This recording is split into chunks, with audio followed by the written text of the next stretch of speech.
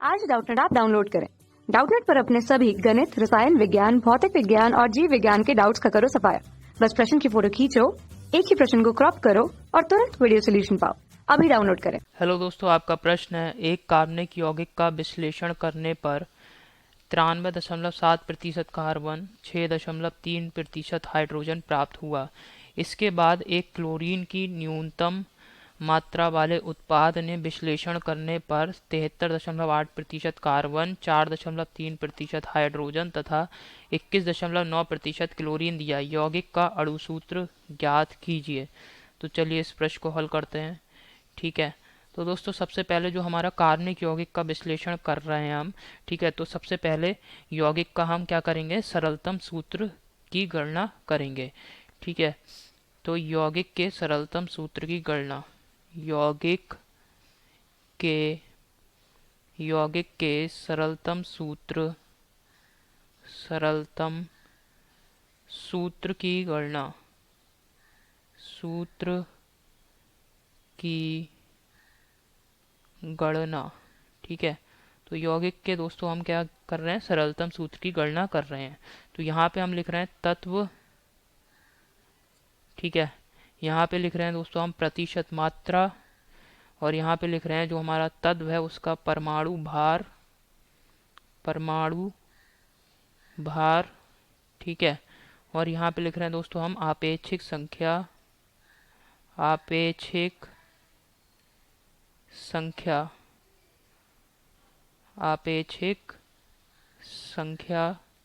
ठीक है, और इसके बाद दोस्तों आपेक्षिक अनुपात लिखेंगे, आपेक्षिक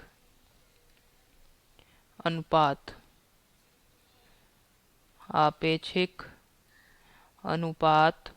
और फिर दोस्तों हम यहाँ पे लिखेंगे सरलतम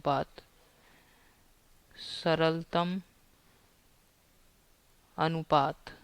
ठीक है, सरलतम अनुपात।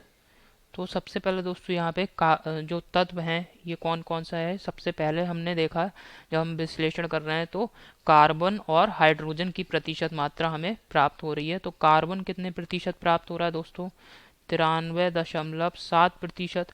कार्बन का परमाणु भार कितना होता है, 12। इसी प्रकार हाइड्रोजन के लिए देखा तो हाइड्रोजन कितना प्राप्त हो रहा है हमें, 6.3%। ठीक है, तो यहाँ पे हाइड्रोजन के लिए लिख रहे हैं तो हाइड्रोजन कितना मिल रहा है हमें, 6.3%। और हाइड्रोजन का परमाणु भार कितना है, 1। तो आपेक्षिक संख्या अगर हम देखें कार्बन की तो कैसे ज्ञात करेंगे, प्रतिशत मात्रा बटे परमाणु भार।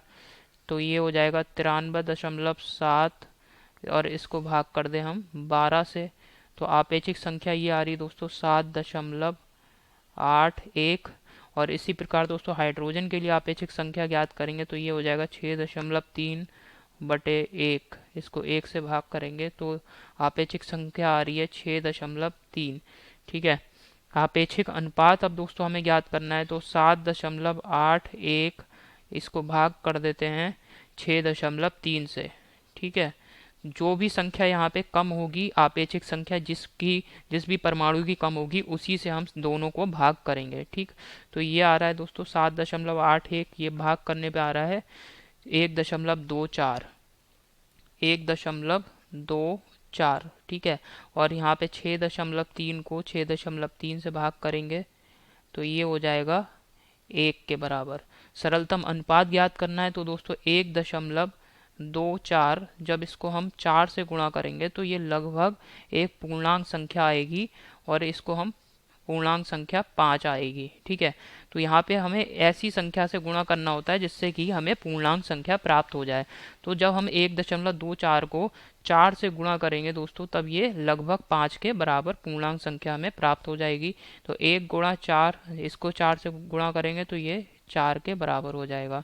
ठीक है, तो यौगिक का सरलतम सूत्र अगर हम देखें तो यहाँ पे हम लिख रहे हैं अतः यौगिक का सरलतम सूत्र, अतः यौगिक का सरलतम सूत्र, यौगिक का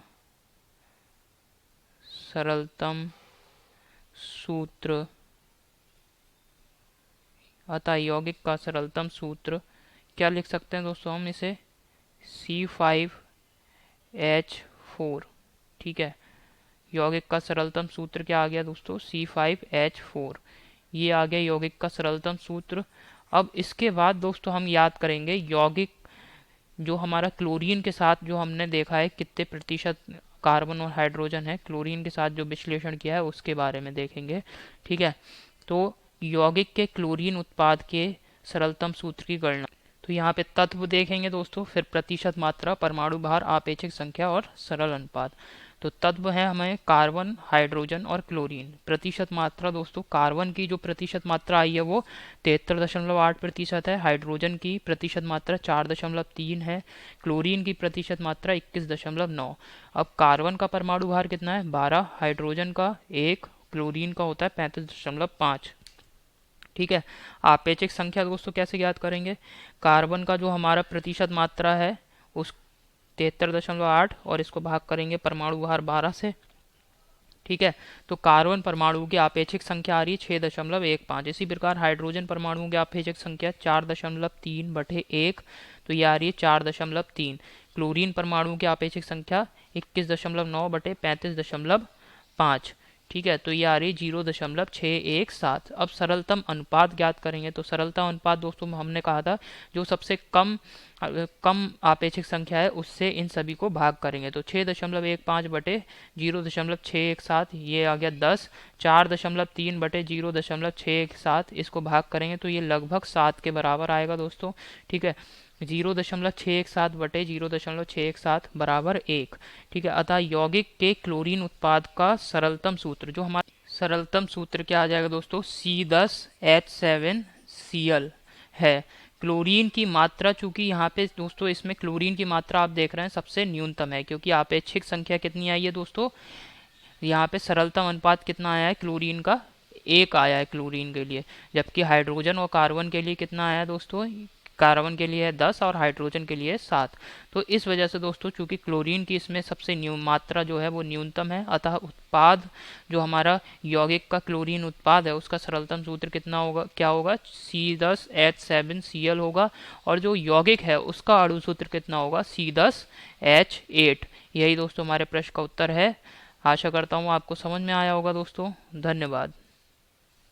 कक्षा 6 से 12वीं से लेकर नीट, IIT, JEE वो एडवांस के लेवल तक 1 करोड़ से ज्यादा छात्रों का भरोसा। आज ही डाउनलोड करें डाउटनेट ऐप या व्हाट्सएप करें अपने सारे डाउट्स 8400 400 400 पर।